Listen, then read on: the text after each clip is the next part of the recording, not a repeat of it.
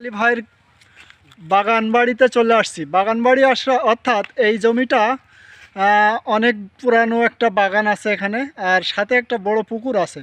সেই পুকুরটা অর্থাৎ এখান থেকে যুদ্ধর আমলে যে জায়গা পরিবর্তন করা হয়েছে, যে অস্পার করতো মানুষ ইন্ডিয়া বাংলাদেশ বিনিময় যে সম্পত্তি, সেই জমি সম্পত্তির এখানে ট্রান্সফার করছে ওখানকার মুসলিমরা, এখানকার হিন্দু সম্প্রদায় মানুষরা সেগুলো আবার ট্রান্সফার করে বিনিময় করছে, বিনিময় করে চলে গেছে। আর এখানে আসছে মুসলিমরা।